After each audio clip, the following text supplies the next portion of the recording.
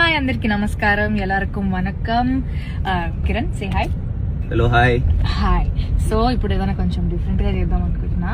For a change నేను నిన్ను interview చేస్తా, నువ్వు నన్ను ఇంటర్వ్యూ చేయి. అంటే I ask you some questions that I want to ask you. నువ్వు నన్ను ఏమైనా అడగాలనుకుంటున్నావా సినిమా గురించి, నువ్వు కూడా నన్ను అడుగు. సూపర్ అడిగా. సో ఫస్ట్ ఏంటంటే రిలీజ్ దగ్గరకు వచ్చింది. నాకైతే ఒక యాంగ్జైటీతో కూడిన ఎక్సైట్మెంట్ స్టార్ట్ అయింది. యాంగ్జైటీ అంటే ఏదో భయమో లెస్ కాన్ఫిడెన్స్ ఒకటి కాదు, కానీ ఇప్పుడు వస్తుందా, అందరూ చూసి ఏమంటారు, ఎలా రిసీవ్ చేసుకుంటారు, ఏం చెప్తారు, ఏ సీన్స్. అంటే ఇప్పుడు మనకు సినిమాలో చాలా బ్లాక్స్ ఉన్నాయి. నువ్వు ఒక బ్లాక్ ఎక్సైట్ అవుతావు, నేను ఒక బ్లాక్ ఎక్సైట్ అవుతాను, మన డైరెక్టర్ ఇంకో బ్లాక్ ఎక్సైట్ అవుతావు. సో వీ హ్యావ్ డిఫరెంట్, అందరికి different favourite situations and blocks ఉన్నాయి కదా. నీకు నచ్చింది ఏంటి? నాకు జిగితారా లీడ్ బ్లాక్ పిచ్చి లేచిపోతుంది. నువ్వు చాలా చోట్ల చెప్తూనే ఉన్నావు జిగితారా లీడ్ అని. జిగితారా అదిరిపోద్ది, టెంపుల్ సీక్వెన్స్ అదిరిపోద్ది. అండ్ నిన్న డబ్బింగ్ చెప్పేటప్పుడు అయితే నాకు బాగా ఎక్సైటింగ్ అనిపించింది. సెకండ్ హాఫ్ మొత్తం మన పొసెసివ్ సీన్స్ ఉంటాయి కదా, ఎవ్రీ కపుల్ విల్ కనెక్ట్. ఆ క్యూట్ పొసెసివ్నెస్ అనేది ఉంటది కదా ప్రతి రిలేషన్షిప్ లో. Every couple will connect. చూడు నువ్వు, అది రేపు థియేటర్ లో బ్లాస్ట్ అవుతుంది ఆ సీక్వెన్స్ లో అన్ని. నాకు డబ్బింగ్ చెప్తున్నప్పుడు అసలు ఎక్స్పీరియన్సే, అంటే మళ్ళీ సినిమా అంతా యాక్ట్ చేస్తున్న ఫీలింగ్. అంటే మళ్ళీ మనం మొత్తం చేయాలి కదా. నేను బాబో, but it was so fun. ఎందుకంటే మనము సినిమా అంతా ఒక స్ట్రెచ్ లో చూస్తున్న ఫీలింగ్ వచ్చింది నాకంటే. మనం టక్క షార్ట్లు చేసుకుని వెళ్ళిపోతాము, కానీ ఈ సినిమా మర్చిపోలేం లేదు. It's very. నీకెందుకు అంత పర్సనల్, అంటే ఎందుకు అంత పర్సనల్ కనెక్ట్? అంటే కొన్ని క్యారెక్టర్స్ లో లైఫ్ ఉంటది.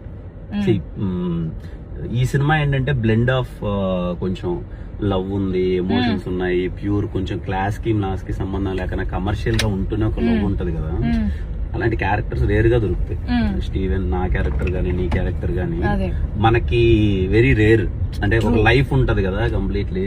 నేను డబ్బింగ్ చెప్పేటప్పుడు కూడా అదే అంటున్నా, అరే ఏంది అయిపోతుందా ఇప్పుడు, ఈ జర్నీ అయిపోతుందా, లాస్ట్ డే ఆఫ్ షూట్ అసలు ఏడవని మనిషి లేడు అసలు. ఎందుకు ఫుల్ ఎమోషనల్. అదే నాకైతే ఇంటికి వెళ్ళిపోయి నెక్స్ట్ డే కూడా అసలు ఏం అర్థం కావట్లేదు. ఇప్పుడు ఏంటి రేపటి నుంచి స్టీవెన్ గారిది ప్లే చేయలేదు నాకు. అంటే ఇక్కడ చూపి ఒకసారి, ఇది ఉంది కదా, ఇది చాలా ఇంపార్టెంట్ అన్నమాట సినిమాకి. అసలు దాని మీద ఇంపార్టెంట్ సీక్వెన్సెస్ అన్ని నడుస్తూ ఉంటే పాప మీ మనిషి ఇంకా తీయట్లేదు. ఎందుకంటే మా డైరెక్టర్ ఈయన ఒక ఒప్పందం చేసుకున్నారు అనమాట. సినిమా అయిపోయిన తర్వాత ఆ కడ నేనే పెట్టుకుంటా అని చెప్పి డైరెక్టర్ అన్నాడు. ఈయన కూడా చాలా హ్యాపీగా, అన్న మీరే పెట్టుకోండి అన్న, కానీ సినిమా అయిపోయేంత వరకు ప్రమోషన్స్ వరకైనా నేను వేసుకొని తిరుగుతా, let me feel like Steven అని. అట్లా నీవేకి ఉన్నాయి కొన్ని, కానీ అవి పెట్టుకొని తిరిగితే బాగోదు. ఎస్, బట్ మన పాటలు అసలు క్రేజీగా వెళ్తున్నాయి. నేనైతే ట్రైలర్ కోసం కూడా చాలా వెయిటింగ్. పొద్దునే రవి బ్రో మెసేజ్ చేశారు, మన సినిమాకి ట్రైలర్ కట్ చేయడం చాలా కష్టం కదా. అంటే ఒకటైతే నా ఫీలింగ్ ఏం తెలుసా, పాటలు ట్రైలర్ ఇవన్నీ కాదులే కానీ, యా ఆడియన్స్ థియేటర్ కి వచ్చినప్పుడు ఒక కంప్లీట్నెస్ ఉంటది కదా, భయంకరంగా ఎక్సైట్ అయిపోతాం. ఇట్స్ నాట్ అబౌట్, నాకు తెలియదు అది ట్రైలర్ కి ఎంత ఎక్సైట్ అవుతారు. కానీ మన రవి బ్రో, మన ప్రొడ్యూసర్స్, మన ఎడిటర్ పాపం వాళ్ళు అంటే వినిపించినట్టు కనిపించినట్టు చెప్పాలి. వాళ్ళు దాన్ని ఎలా చేస్తారో అనేది నేను కూడా చాలా క్యూరియస్ గా ఉన్నాను. ఎందుకంటే మనము డైలాగ్ వర్జన్ లాగా మనం మన తొలి ప్రేమే తోపు కాదు అని చెప్పి ఫస్ట్ లో ఒకటి చేసాం కదా. నువ్వు చూడు, ఈ వీడియో సేవ్ చేసుకున్నావు చూడు, 24th మ్యాజిక్ జరుగుతుంది. ఏం జరగబోతుంది. ఫోన్ కొంచెం కింద పెట్టిన అంటే అన్నపూర్ణ 7 acres లేకపోతే ఏంటి వీళ్ళు ఉన్నారు. అంటే యూ కాంట్ ఈవెన్ ఇమాజిన్ అంటే ఎంత జరగబోతుంది ఏంటి అని చెప్పి. అంటే కొన్ని సినిమాలు ఉంటాయి ఇప్పుడు మనము లవ్ లో పడిపోతాం కదా క్యారెక్టర్స్ తో, అది ఇది. ఎందుకో నేను చెన్నైలో షూట్ అయిపోయిన రోజు నాకైతే ఇక్కడ గొంతు ఇక్కడ నొప్పి అవుతుంది. అందరూ అసలు ప్యాకప్ అని చెప్పేసి మైకులంతా సర్దేసిన తర్వాత కూడా లేదు మన ఇద్దరు 2 డ్రెస్సులు నిజంగా తగిలి. నేను నాకు ఒక కాస్ట్యూమ్ ఉంది, పీపుల్ ఒక కాస్ట్యూమ్ ఉంది. ఆ ఒక్క కాస్ట్యూమ్ నిజంగా చూస్తే చిరాకు వస్తుంది, కానీ వదిలేస్తున్నప్పుడు చాలా బాగా అనిపించింది. చాలా టఫ్ లే రోడ్ల మీద పడి కదా.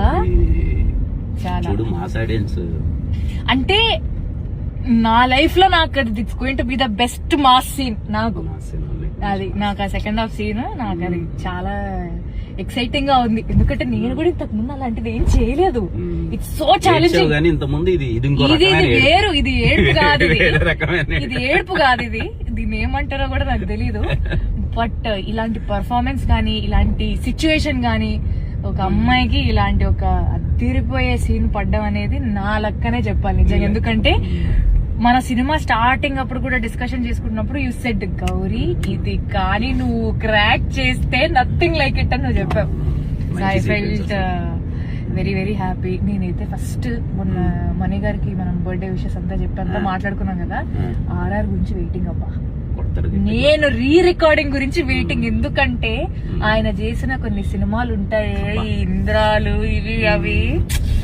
దిస్ రికార్డింగ్ వల్ల ఒక సీన్ నీకు ఇంకా గుర్తుంటది. లైక్ నేను అదే అన్నాను నైట్, సరే క్లాస్ సినిమాలో ఏదో ఒకటి పక్కన పెట్టండి సార్, నా ఇంట్రడక్షన్ స్టాలిన్ బీజం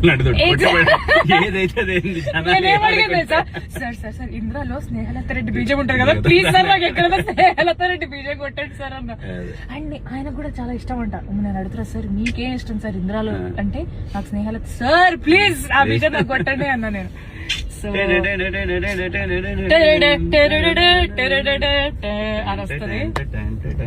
టూ మచ్ స్టఫ్. అట్లా హీరోయిన్స్ కూడా అదొగారా అబ్బా కదా, కార్తీక్ గారు అలా నడిచి వస్తుంటే సారీ కట్టి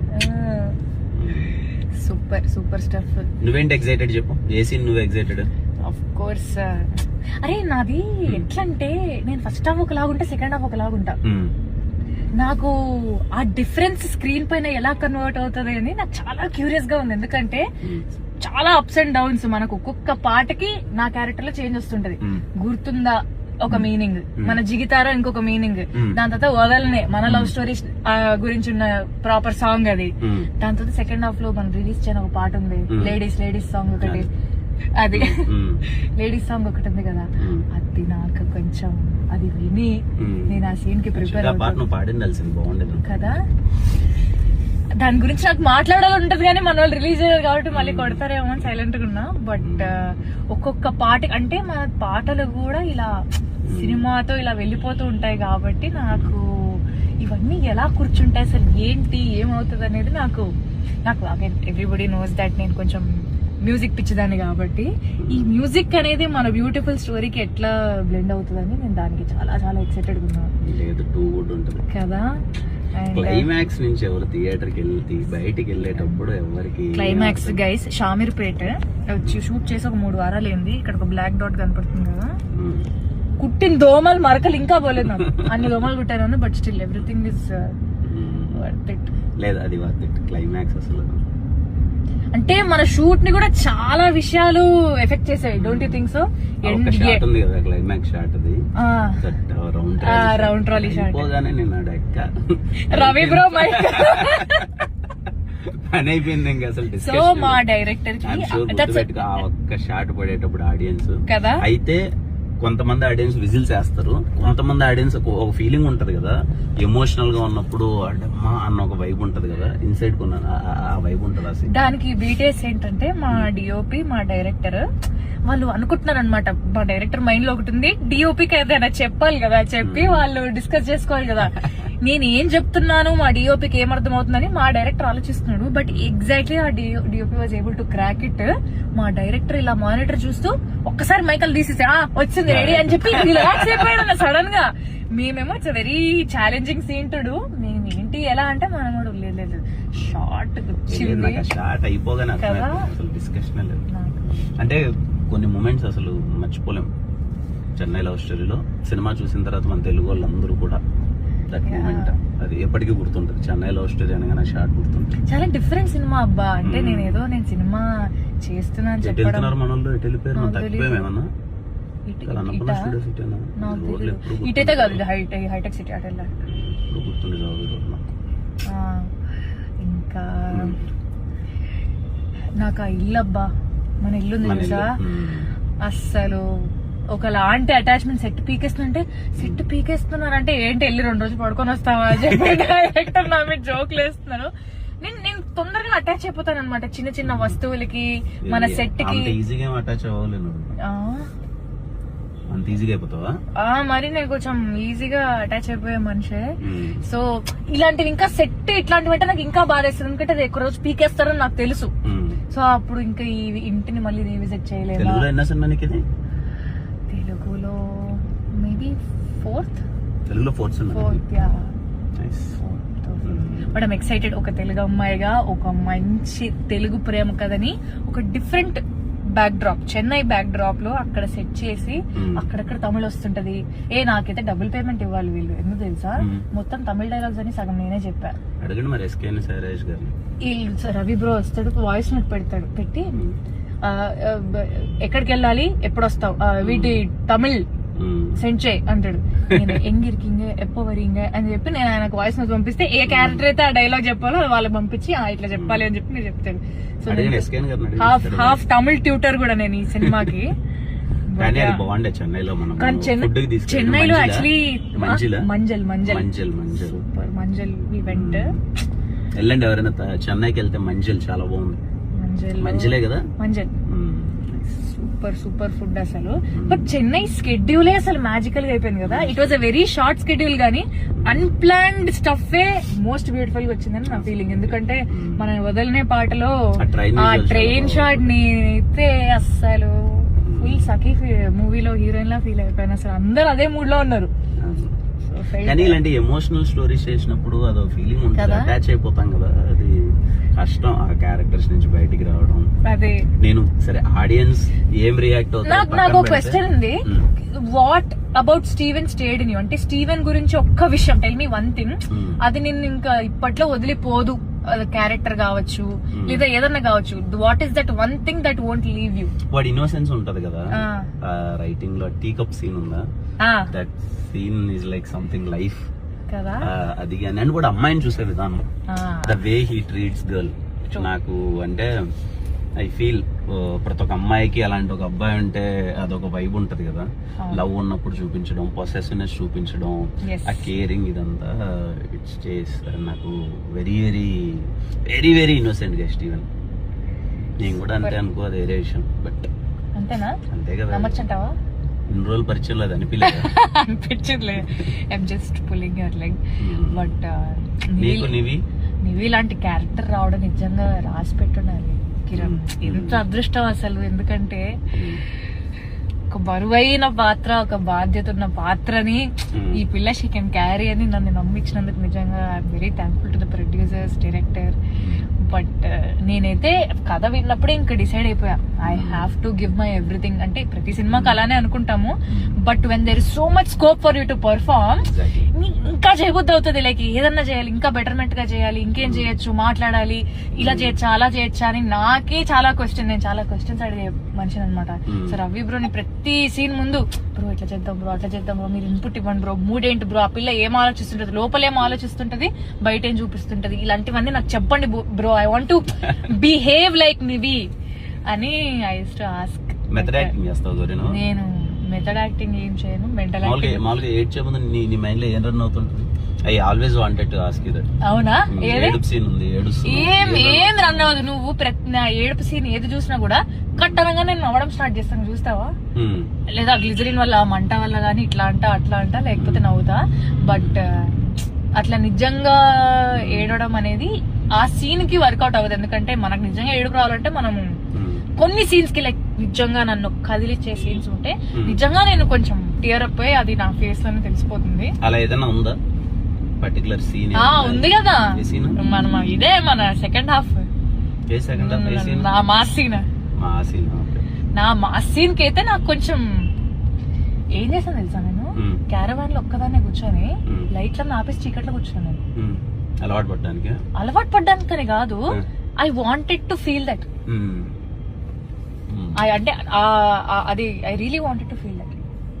లైట్లన్నీ ఆపేసి ఒక్కదాన్ని కూర్చొని, మన మనీ సార్ కొట్టిన ఒక బీజం ఉంది, రవి బ్రోకి పంపించారు. మన పాటదే ఒక instrumental version, violin, Ravi bro నాకు అది పంపించారు. అస్సలు అది పెట్టుకొని చీకట్లో అది వినగానే ఏదో అయింది, నాకు ఏదో పోనింది, అదేంటో తెలీదు. Then that reflected on screen. So అప్పుడప్పుడు ఇలాంటి ఛాలెంజింగ్ సీన్స్ ఉన్నప్పుడు లేదా ఇంట్రెస్టింగ్ సీన్స్ ఉన్నప్పుడు నాకు న్యాచురల్స్ చాలా ఇష్టం. చీకు ఐస్ క్రీమ్, సపోటా, నాకు సపోటా ఐస్ క్రీమ్ తిన్నామా లేదా గొంతు పోతాడు మళ్ళీ. డబ్బింగ్ అయిపోయింది, కరెక్షన్స్ ఉన్నాయంట. But okay, super, we had fun having this cute chat. But Chennai love story అస్సలు this film is our baby అబ్బా. మేమంతా చాలా చాలా ఎక్సైటెడ్ గా ఉన్నాం. Very very happy. అందరూ టైర్డ్ గా ఉన్నాం బట్ కాన్ఫిడెంట్ గా ఉన్నాం. అండ్ ఏంటి నిద్ర పరిస్థితి ఏంటి? నిద్ర అంటే ఏంటి అంటావా? అసలు నిద్ర లేకపోయినా కూడా నిద్రల మీద జోకులు వేసుకొని బతికేస్తున్నాం. ఎందుకంటే ఏదైనా సినిమా కోసమే అన్నట్టున్నాం. So Chennai love story, everything trust me, everything will worth it. మీకు కూడా అండి జూలై 24th ఒక కొత్త ప్రేమ కథ చూడబోతున్నారు. ఎప్పుడు చెప్పేదే, ప్రతి ప్రేమ కథ అలాగే ఉంటే చరిత్ర కూడా నచ్చదు. మా ప్రేమ కథ చాలా కొత్తగా ఉండబోతుంది. మీ అందరికి చాలా అంటే చాలా బాగా నచ్చుతుంది. Go with your family. And few scenes లో అయితే మీరు రిలేట్ అయిపోతారు, what if it happens to us అని. అండ్ పర్టికులర్లీ సెకండ్ హాఫ్ లో మా ఇద్దరి మధ్య వచ్చే సీన్స్ కి, ఆ పొసెసివ్ సీన్స్ కి థియేటర్ లో ఖచ్చితంగా మీ వైఫ్ తోనో మీ గర్ల్ ఫ్రెండ్ తోనో వాట్ ఎవర్ ఇట్ ఈస్ ఇలా ఉంటే బాగుంటుంది కదా అని అన్ని ఎమోషన్స్ ఉంటాయి. ఐఎమ్ షూర్ మన తెలుగు సినిమా మంచి లవ్ స్టోరీ రాబోతుంది. మీరు ఎంజాయ్ చేస్తారు. జస్ట్ 12 days టు గోనా, అంతేగా 12 days. ఈరోజు ఎంత 12? ఈరోజు 12th.